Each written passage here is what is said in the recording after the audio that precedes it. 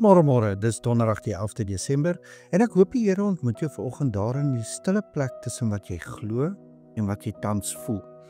In daardie presiese punt waar jy weet jy wil groei, maar jou menswees jou soms nog vang.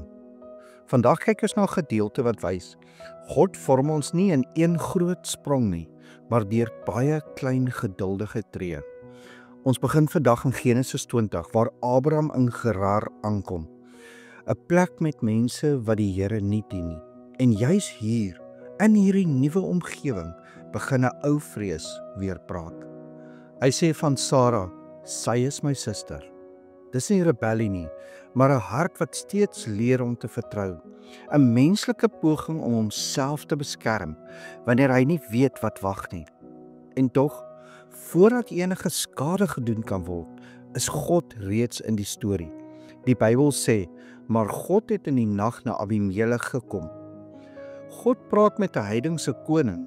Hy waarsku hom, hy beskerm Sara. Hy hou die verbondslyn veilig, want uit hierdie lyn sou Christus kom. Wat Abraham as 'n bedreiging gesien het, sien God as 'n geleentheid om sy getrouheid te wys. Abraham dink, hier is geen vrees vir God nie, maar God is meer aan die werk in Abimelech as wat Abraham ooit sou kon raak sien. Dit is die Here. Hy werk onder die oppervlak, lank voordat jy dit besef. Wanneer Abimelech hom konfronteer, kom Abraham se diepste vrees uit. Ek het gedink julle sal my doodmaak.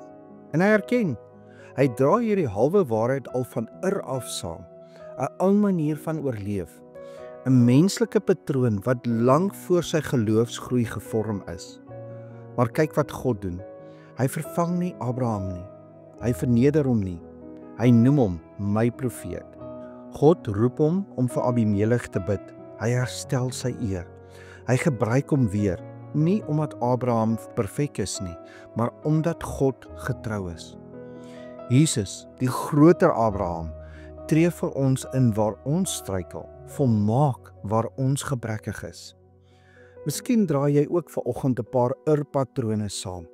Maniere van oorleef wat jy jare terug aangeleer het. Reflekse wat opduik wanneer jy onseker voel. En jy dink dalk, ek moes al verder gewees het as hierdie. God moet seker al moeg wees vir hierdie fout van my. Maar Genesis 20 wys juis die teenoorgestelde. God se geduld loop dieper as jou gewoontes. Hy weet waar jy vandaan kom. Hy weet hoekom jy beskerm. Hy weet hoe om jou stadig en sag, maar seker te vorm. Hy beskerm wat jy nie kan nie. Hy bring genesing waar jy vrees sien. En hy kan jou steeds gebruik, ook op die dae wanneer jy voel, jy leer dieselfde les oor. Kom ons bid saam. Here onsse God, U ken ons geskiedenis, ons patrone, ons vrese. Dankie dat U met soveel geduld werk. Leer ons om U te vertrou waar ons nie verstaan nie. Bewaar dit wat ons nie kan bewaar nie. Gebruik ons, Here, selfs in ons groeiproses. Dankie dat U roeping en U genade nooit opgebruik raak nie. Ons bid dit in die naam van Jesus Christus. Amen. En onthou, jy is dalk die Bybel wat iemand vandag moet ontmoet. God is sagter met jou groei as wat jy met jouself is. Ek hoop jy het 'n geseënde donderdag.